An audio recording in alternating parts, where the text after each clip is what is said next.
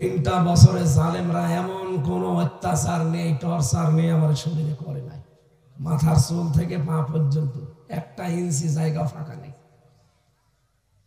আমার জামা কাপড় আমি খুলতে পারি না, খোলা পড়ে আছে। এই যে দেখছেন না কিরকম লাগছে,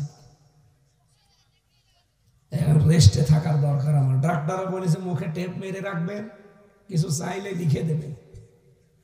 এরপরেও 2টা-3টা করে অনুষ্ঠান প্রতিদিন। আপনাদের শুধু এই দাওয়াত নেওয়া আছে বলে আশা লাগছে। এই দাওয়াতটা অনেক আগে নেওয়া। আজকে না আসলে বাড়ি ভাইকে আপনারা গালি দিতেন না? বলতো না একটা সিটার বাটপার। মির রাব্বিকুম ওয়ালা তাত্তাবিউ মিন দুনিহি আউলিয়া কলিলাম মা তাযাক্কারুন। সাদাকতা ইয়া রাব্বানা।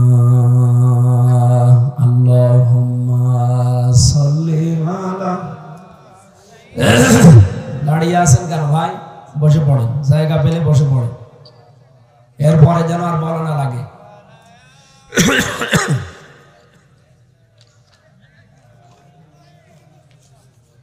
আলহামদুলিল্লাহ।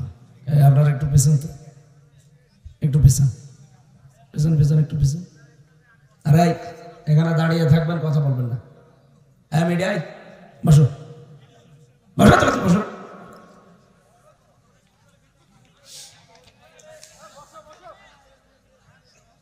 বাংলাদেশের ঐতিহ্যবাহী জেলা নাটোর সিংড়া থানার অন্তর্গত আয়েশ কেন্দ্রীয় কবরস্থানের উদ্যোগে 81তম,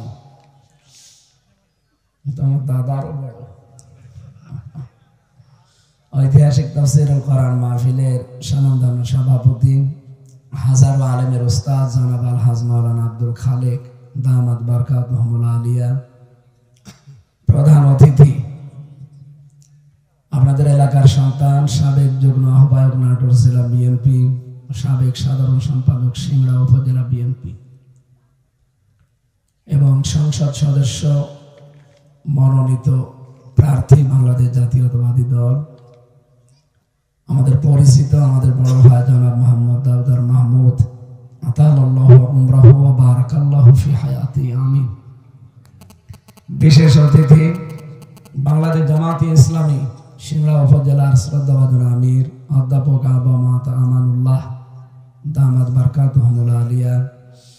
আমার আগে যিনি কথা বলছিলেন আপনাদের এই নাটোরের সন্তান, বিশেষ করে সিংড়া বাংলাদেশ জামাতে ইসলামী মনোনীত সংসদ সদস্য প্রার্থী, বিশিষ্ট শিক্ষাবিদ অধ্যাপক সাইদুর রহমান দামাত বারকাতুহুল আলিয়া আলোচনা রাখলেন। আপনাদের এই পাশের ইউনিয়নের সন্তান, ইসলামিক চিন্তাবিদ, শিক্ষাবিদ মাওলানা আব্দুল বারী রশিদি, পিএইচডি গবেষক, ইসলামী বিশ্ববিদ্যালয় কুষ্টিয়া, মাওলানা হোসেন মাহফুজ আলহাজ মাওলানা আব্দুল সালাম। অনেকগুলো মানুষের নাম দিয়েছেন, আমরা একবারে দোয়া করছি ওয়ারাফা'না লাকা যিকরাক। আল্লাহ সবার সম্মান মর্যাদা যেন আরো বাড়িয়ে দেন, আমিন। মঞ্চে বসা ওলামা ইকরাম, সামনে বসা মুসলমান ভাইরা, পর্দার আড়ালের সম্মানিত মা এবং বোনেরা, আপনাদের এলাকায় মনে হয় এরকম রাত করে অনুষ্ঠান হয় না? রাত বাজে প্রায় 10টা 45। এত রাতে 10টার সময় অনুষ্ঠান শেষ করে দেওয়ার কথা, সারা রাত চললে হবে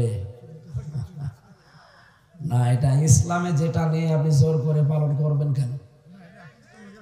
কমিয়ে দেওয়া লাগবে, এটা ইসলামে নেই।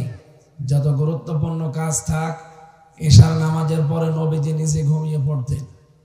কারণ আমাদের এই শরীরের ভেতরে এমন কিছু আল্লাহ দিয়েছে যেগুলো কন্ট্রোল করার জন্য ঘুম দরকার। আল্লাহ রাতকে বানিয়েছেন পোশাক, পোশাকের কাজ কি? ঢেকে রাখা। এই যে অন্ধকারে ঢেকে যায় তামাম দুনিয়া, কেন জানেন? আমাদের এই যে ছোট্ট ছোট্ট পশম দেখতে পান শরীরে, এর ভেতর দিয়ে আলো এবং অন্ধকার দুইটা প্রবেশ করে। এই জন্য 12 ঘন্টা আলো দিয়েছেন আল্লাহ, 12 ঘন্টা অন্ধকার দিয়েছেন, যেন আমরা অন্ধকারটাও আমাদের শরীরে প্রবেশ করাই। যদি আপনি অন্ধকারে শরীরে প্রবেশ না করান, তাহলে রক্তের ভেতরে 5 প্রকার ক্যান্সার হয়, যে কোনো 1 প্রকার বাসা বাঁধবে। শেষে 14 বংশ বিক্রি করে ঔষধের পয়সা হবে। এই ছেলে কথা বলার কোন কারণে? আমি ভ্যালোরে ছিলাম প্রায় 1.5 মাস। একটা লোকের সাথে দেখা, উনি আমার পাশের বিল্ডিং এ থাকতেন, সিলেটে বাড়ি, আজ 12 মাস ওখানে পড়ে আছে। ওনার পায়ের নিচে একটা ফুসকুড়ি হয়েছিল, সিলেটে ঢাকাতে দেখিয়েছে, বলছে এ অসুবিধা নেই। পরবর্তীতে দেখে ওটা পছন্দ হয়েছে, ওটা নিয়ে গেছে ভালো পরতে কলকাতায়, এরপরে পাঠিয়েছে তামিলনাড়ু। উনি বলছে গতকালকে আমার রিপোর্ট দিয়েছে, আজ 12 মাস পর। আমার রক্তের ভেতরে নাকি 5 প্রকার ক্যান্সার হয়, তার ভেতরে 1 প্রকার হয়েছে। আমার প্রায় কোটি টাকার উপরে খরচ হয়ে গেছে। ডাক্তাররা বলেছে মাত্র আর খুব বেশি হলেও 90 দিনের বেশি আর লাস্টিং করবে না, কারণ রক্তের যেটা চলাচল করা দরকার, 5 কেজি রক্ত আমাদের শরীরে আছে, এটা 126 মাইল বেগে চলাচল করছে সারা শরীরের ভেতরে, এটা বাধাপ্রাপ্ত হয়ে গেছে। এটা মাথার ভেতরে ফ্রন্টাল লব দিয়েছেন আল্লাহ, অক্সিপিটাল লব দিয়েছেন, প্যারাইটাল লব দিয়েছেন, মোটর কর্টেক্স দিয়েছেন, সেন্সরি কর্টেক্স দিয়েছেন, বাক শক্তি দিয়েছেন, 70,000 জিনিসে মাথার ভেতরে সব তার দিয়ে আল্লাহ কন্ট্রোল করছে, যেটা আমরা রগ বলি, রগ। এটা যদি একটু অকেজ হয়ে যান তাহলে আপনি পাগল হয়ে যাবেন। এই যে ঘুম হয় না যাদের, তাদের এটা ড্যামেজ হয়ে যাওয়ার সম্ভাবনা বেশি। এই জন্য 3 দিন একাধারে যদি আপনার ঘুম না আসে, আপনি পাগল হয়ে যাবেন। ঘুমটা দুনিয়ার কেউ দিতে পারে? এটা আল্লাহর নিজের দায়িত্বে। হ্যাঁ, আপনি সিটাচিন খাবেন, কষিয়াম খাবেন, ঘুমের বড়ি খাবেন, আপনাকে দুর্বল করে কিছুক্ষণ পরে আবার তুলে দেবে, কারণ ঘুম এটা আল্লাহ নিজে তৈরি করেছে। ঘুমটা দিয়েছেন আল্লাহ 8টা ঘন্টা মানুষের শরীরকে সুস্থ রাখার জন্য। এই যে রাতের বেলা নবীজি এশার নামাজ পড়ে এই গুরুত্বপূর্ণ কাজ শেষ হয়ে গেলেই ঘুমিয়ে পড়তেন, আবার ওই রাতে উঠতেন, কারণ রাতের অন্ধকার গুলো যেন তার শরীরে প্রবেশ করে। আমরা সারাদিন আলোতে থাকি, রাতের বেলা যদি লাইটের আলো, মোবাইলের আলো, টেলিফোনের আলো, এরপরে কম্পিউটারের আলো দিয়ে আমরা জ্বালিয়ে রাখি, তাহলে অন্ধকার ভেতরে ঢুকবে না। এই রোগটা হওয়ার সম্ভাবনা কিন্তু বেশি। উনি আমারে বলছিল, হুজুর আজকে খ্রিস্টান এই ডাক্তার নিমপল পাল না কি যেন নাম বলছিল, এই লোকটা আজকে রিপোর্ট দিয়েছে। উনি ওখানে কোরআনের আয়াতের 2টা ইংরেজি অর্থ লিখে দিয়েছে। আমি যেটা পড়লাম এইটাও ছিল, আমি আরবিতে ইংরেজিতে পড়লাম। এটা লাইলা লিবাসা, আল্লাহ বলেন আমি রাত বানিয়েছে পোশাক। পোশাক যেমন জড়িয়ে থাকে রাতের সাথে, মানুষ যেন জড়িয়ে থাকে। অথচ আমি দিনের বেলা যেমন আলোতে থাকতাম, রাতের বেলা মোবাইলের আলো, কম্পিউটারের আলো, লাইট জ্বালিয়ে ঘুমাতাম। এই জন্য আমার শরীরে অন্ধকার আসে নাই, এই কারণে রক্তে এই ক্যান্সারটা প্রবেশ করেছে। এই জন্য আমরা রাতের এই সিস্টেমটা যেন না পাল্টাই। বাংলাদেশের এমন কোন জেলা নেই যা আমি যাইনি। আমি যেহেতু আকিস গ্রুপের খতিব, এই কারণে ওরা বহু দেশে আমারে নিয়ে গেছে, বিশ্বের অন্যান্য দেশেও আমরা পাইনি। এই তো রাত জেগে থাকা লাগবে কোন কারণে? এই দেশে আসরের পর থেকে আপনারা আরম্ভ করেছে, রাত এখন 11টা বাজে না, যেটা ইসলাম না ওটা পালন করা যাবে না ভাই, তাহলে আপনার ক্ষতি হয়ে যাবে। মনে করছেন যে সারা রাত ধরে মনে হয় খুব লাভ হবে, কিসের লাভ? সকালে আমাদের কর্মজীবন নেই, কি করে খাবেন আপনি? এইটা শোনা যদি ফরজ হয়, কর্মজীবন কি ফরজ? ফাইজা কুদিয়াতিস সালাতু ফান্তাশিরু ফিল আরদি ওয়াবতাগু মিন ফাদলিল্লাহ। নামাজ যখন শেষ হয়ে যায় আর ঘরে বসে থাকবে না, যাও সমিলে চিবিয়ে পড়ো, আল্লাহর রিজিক তালাশ করো। তাহলে নামাজ পড়াও ফরজ, কাজ করাও কি? সুতরাং এরকম সিস্টেম আমাদের এই সিরাজগঞ্জ, পাবনা, নাটোর, এই বগুড়া, এই 4-5 জেলায় আমি দেখতে পাই, অন্য জেলায় এগুলো নেই। আল্লামা সাইদি সাহেব সারা জীবন কোরআনের কথা বলিস, সর্বোচ্চ রাত 9:30 10টায় শেষ। কেন? তার মাহফিলে মানুষ হতো না? কেন আপনি তার নিয়মটা পালন করতে পারেন না? তাফসীরুল কোরআন মাহফিল লিখে দিয়েছেন, এটা তো তার তৈরি করা। আমাদের উপমহাদেশে তাফসীর মাহফিল নাম শুনলে আমরা জানি এটা বানিয়েছে আল্লামা সাইদি। সে যেই নিয়মে করেছে আপনি সেই নিয়মে করবেন। এত রাতে তুলবেন কোন কারণে? মানুষের মেধায় কথা ধরার একটা লিমিট আছে। এই যে বললাম ফ্রন্টাল লব যেটা কাজ করছে, আপনি কম্পিউটার এখানে ভিড়ান, আপনাকে আমি সব দেখাবো। এই জন্য বিশ্বের যত দেশ আছে 1 থেকে মাস্টার্স পর্যন্ত যত বিশ্ববিদ্যালয় আছে সব জায়গায় ক্লাস হয় 45 মিনিট। কয় মিনিট? আপনি ঘুমিয়ে পড়েছেন না? কয় মিনিট? কেন? যারা বিশ্ববিদ্যালয় ক্লাস নেয় আপনি জানেন তাদের জ্ঞানের গভীরতা। আমার বিশ্ববিদ্যালয় স্যার আমি কিছু পেয়েছি আল কোরআনের, যেগুলো রিয়াদ থেকে মিশর থেকে এসেছিল। এদের মেধা, এদের যোগ্যতা, এদের এক একটা শব্দের উপরে গবেষণা এত বেশি। 45 মিনিট না 45 ঘন্টা যদি ক্লাস নেয় কেউ উঠবে না, কিন্তু 45 মিনিটের পরে ওনারে আর থাকতে দেবে না, আবার আর এক স্যার এসে ওনারে বের করে দেবে। কেন? কারণ বিজ্ঞান এই ক্লাসরুম যেগুলো সাজানো হয় সাবজেক্ট আকারে, এই মাথায় কথা ধরার একটা লিমিট থাকে। 45 মিনিটের পরে যে কথাই বলবেন আগেরটা মুছে যাবে। কথা বুঝতেছেন? আমরা যেহেতু ক্লাস আকারে কথা বলি, ওই চিল্লা পাল্লা করে ওই সাপের কাহিনী মাছের কাহিনী না, কোনো লাভ নেই। তাফসীর মাহফিল লিখেছেন, আমি আধা ঘন্টা বলবো 1 ঘন্টা বলবো, কিন্তু তাফসীর আকারে যেন কিছু শিক্ষা বের করতে পারি। আজকের মাহফিল তো এই উদ্দেশ্যে দিয়েছেন না লোক দেখানোর জন্য। আশা করছি যা দেবো এখান থেকে ডেলিভারি, এটা যেন আপনি রিসিভ করে বাড়ি নিয়ে এসে আমল করতে পারেন। আগামী থেকে অনুষ্ঠান রাত 10টার ভেতরে শেষ করে দেবেন। মাগরিব থেকে এশা পর্যন্ত একজন শেষ, এশার পরে একজন তুলে দেবেন, রাত 10টায় মাহফিল শেষ। বাংলাদেশের সবচাইতে বড় তাফসীর মাহফিল হয় চট্টগ্রামে প্যারেড ময়দানে। এবার আমি ছিলাম 4র্থ দিন, তাদের রাত 9:30টায় মাহফিল শেষ। এখানে কয়জন মানুষ হয়েছে? ওখানে 15 লক্ষ মানুষ ছিল। আপনি টের পাচ্ছেন? এখানে তো 1 লক্ষ হবে না, 10,000 মানুষই হবে। 15 লাখ মানুষ, 3-4 কিলোমিটার জায়গা লাগে। সেখানে যদি রাত 9:30টায় অনুষ্ঠান শেষ করে দিতে পারে, আপনারা তাদের চাইতে বড় অনুষ্ঠান করে ফেলেছেন। আগামী থেকে আশা করছি আমার এই কথাগুলো রাখবেন এবং এটা রেকর্ড হচ্ছে, সারা বাংলাদেশে যাচ্ছে।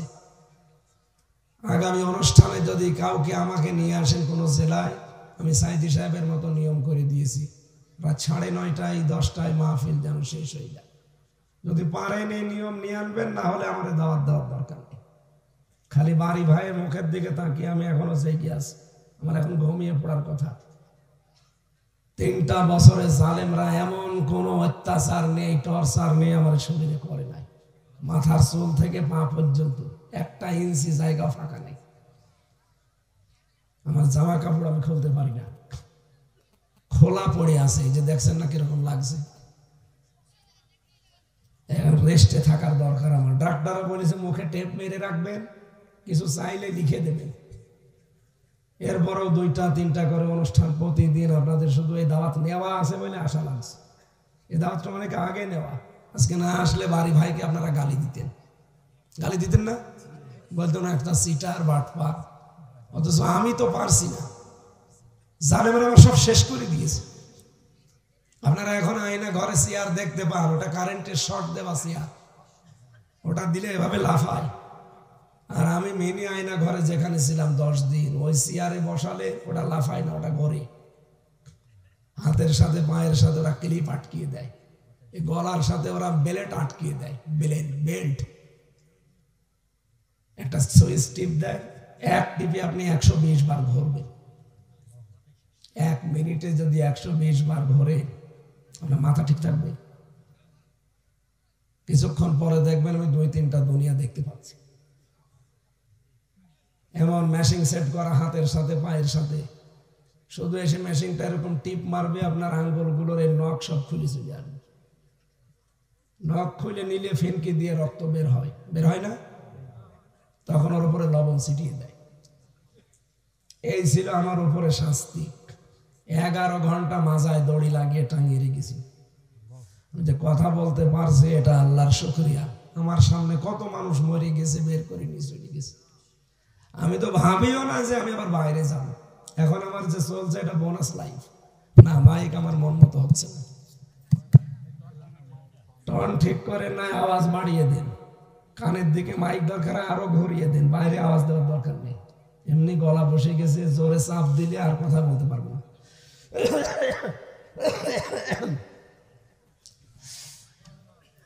সম্মানিত ভাইরা, এই জন্যে মুসাফির অবস্থায় আছি, এখনো মাজলুম অবস্থায় আছি। আপনাদের দোয়া চাচ্ছি আল্লাহ যেন কণ্ঠটা ছেড়ে দেয়, আর যেখান থেকে পড়েছি এখান থেকে যেন কিছু কথা হেদায়েত আকারে আমরা বলতে পারি। বলেন আমিন। মঞ্চে বসা আছেন যারা সম্মানিত ব্যক্তিবর্গ, অবশ্যই তাদের সম্মান আছে, না এত মঞ্চে বসতে দিতেন না। আর ফাগনা লাকা যিকরাক, এদের সম্মান মর্যাদা আল্লাহ যেন আরো বাড়িয়ে দেয়। সামনে বসা মুসলমান ভাইরা, পর্দার আড়ালের সম্মানিতা মা এবং বোনেরা, প্রশাসনের ভাইরা, প্রাণ প্রিয় সিংড়াবাসী, দল মত নির্বিশেষে কোরআনের অনুষ্ঠানে আমরা এসেছি যারা, এটা ইবাদত চলছে এখন, এই জন্য ইবাদত এইভাবে করা হয় না। আপনারা যারা দাঁড়িয়ে আছেন জায়গা পেলে বসে যান, মনে করবেন আমি নামাজে আছি। যতক্ষণ অ্যাক্টিভ ভাবে থাকবেন মনে করবেন নামাজের সওয়াব লেখা হচ্ছে। কোরআনের যে 3টা আয়াত পড়লাম, আপনি যদি একটা আয়াত বোঝার জন্য সর্বাত্মক চেষ্টা চালান, নবীজি বলেন ও যদি নাও বোঝে, যদি চেষ্টা চালাতে থাকে 500 রাকাত নফল নামাজের সওয়াব। এই জন্য পুরা এটা ইবাদতের একটা জায়গা, আমরা ইবাদত হিসাবে বসে আছি। যিনি আমাদেরকে নিয়ে এসেছেন, আমরা সুস্থ আছি, বলেন আলহামদুলিল্লাহ। যে লোকটার কথা বললাম ভেলোরে, এই লোকটার ক্যান্সার হয়েছিল শুধুমাত্র বেশি বেশি রাত জাগা আর আলোর ভেতরে থাকার কারণে। এই জন্য আমরা আমাদের জীবনটা যেন নিজের হাতে ধ্বংস করে না দেই।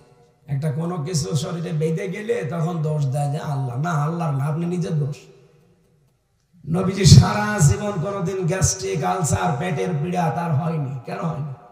কারণ তিনি পেটকে 3 ভাগ করে খাবার খেতেন। 1 ভাগ খাবার, 1 ভাগ পানি, আর 1 ভাগ খালি রাখতেন হজম হওয়ার জন্য। আর আমরা খেতে খেতে টুটি পর্যন্ত খাই, খাওয়ার পরে মিষ্টি খাওয়া সুন্নত বলে আরো খাই, আপনার হজম হওয়ার জায়গা করে। এই জন্য বেশি বেশি যারা খাবার খায় দেখবেন 2টা জিনিস তাদের বড় হয়, একটা পেট আর একটা মোষ। এত বড় বড় পেট হয়, মহিলারা লজ্জা পায় পেট দেখি। আল্লাহ, ছেলে মেয়ে হয় আমাদের আর পেট হয় এর, আখেরি পেট। কোলাকুলি করতে যাবেন জীবনও তার পেটের কারণে আপনি বুক পাবেন না। কি কথা বলছে না কেন? আর একটা জিনিস বড় হয় কি? মোষ। বলেন, আপনি দেখবেন এমন বড় বড় মোষ হয় জেনারেল ওসমানের মতো। আমি কুষ্টিয়ার বড় বাজার একজনকে পেয়েছিলাম, দেখি যে ওর মোষ সাদা। কি গো, কালকে দেখলাম মোষগুলো কালো কুচকুচে, আজকে সাদা। বললাম চাষা, কালকেও তো মোষ কাঁচা ছিল, আজকে পাকলো কি করে? বলছে দুধ খেতে যে সর লেগেছে। কি বড় মোষ, চিন্তা করেছেন? দুধ খেতে যে সর লেগেছে ও টের পাই। এই জন্য খাবারের আগে যদি 3টা সুন্নত আপনি পালন করতে পারতেন, জীবনও আপনার পেট বুকের উপরে বড় হতো না। পৃথিবীর কোন নবীর পেট বড় ছিল না, সবার বুক ছিল বড়, পেট ছিল ছোট। এই জন্য তারা সত্যের সামনে বুক পেতে দিতে পেরেছিলেন। আমাদের তো বুক নেই, শুধু পেট, এই জন্য পালিয়েছে। এক একজন চোর, আপনাদের সিংড়ার একটা আছে। আজকে আদালত আজকে রায় দিয়েছে, ওনার যত স্থাবর অস্থাবর যত সম্পদ আছে আপনাদের এলাকা মিলে সারা বাংলাদেশের বিভিন্ন জায়গায় সব রাষ্ট্রীয় কোষাগারে যেন জমা দেওয়া হয়। সুবহানাল্লাহ, ঠিকই বলেছে। কারণ উনি যা করেছে সুবহানাল্লাহ বলারই দরকার। এখন দোয়া চাই। আমি সেদিন কোর্টে হাজিরা দিতে গিয়েছিলাম, দোয়া করে। কিসের দোয়া আপনার? হ্যাঁ, এই সিংড়া মাহফিল ছিল আমার, ওই শয়তান আমার আসতে দেয়নি। দোয়ায় এমন দোয়া করবো জাহান্নামে চলে যাবো।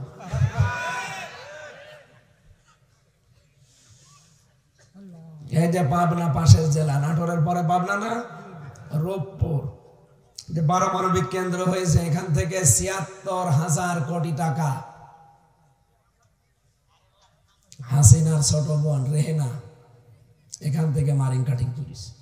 আজকে রিপোর্ট বেরিয়েছে।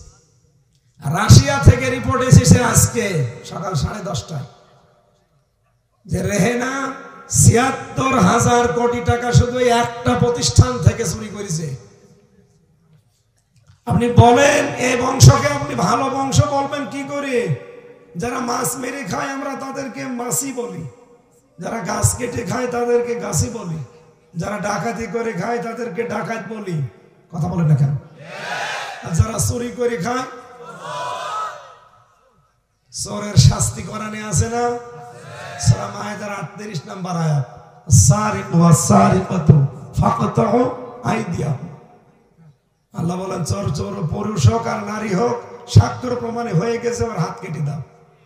এই বাংলাদেশে যদি কোরআনের এই আয়াতটা সে ৭১ সালে সংসদে পাশ হয়ে থাকতো, শেখ রেহেনা শেখ হাসিনার একটা হাতও থাকতো না। এই কথা বলছেন না কেন? আর ওই দলে যারা আছে একজনেরও হাত থাকার কথা, বিশেষ করে দরবেশের হাত। ৩৬,০০০ কোটি টাকা মেরেছে। এই চোরের হাত না, ওর কোনো কিছু থাকা ঠিক না। ওর হাত পা ছোট ঠ্যাং সব কেটে ফেলা দরকার। শয়তানের শয়তান এখনো পর্যন্ত বড় গলায় কথা বলে, চোরের বংশ। আমার মনে হয় দলের ভেতরে যারা আছে তারাও চোর। একটা মানুষ দেখান যে ওই দলে চোর নেই। কাওয়া কাকু, কয়েকদিন আগে আমি নোয়াখালী ছিলাম, ওর ভাইয়ের বাড়িতে মুরগির খামারের ভেতরে 7 বস্তা টাকা পেয়েছে। এত বড় চোর।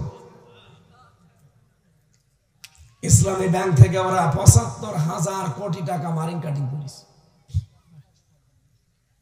এত চোর হলে ৪২,০০০ কোটি টাকা প্রতি বছরে চুরি করে পাঠিয়েছে বাইরের দেশে। কয়েকদিন আগে আমি মালয়েশিয়া ছিলাম।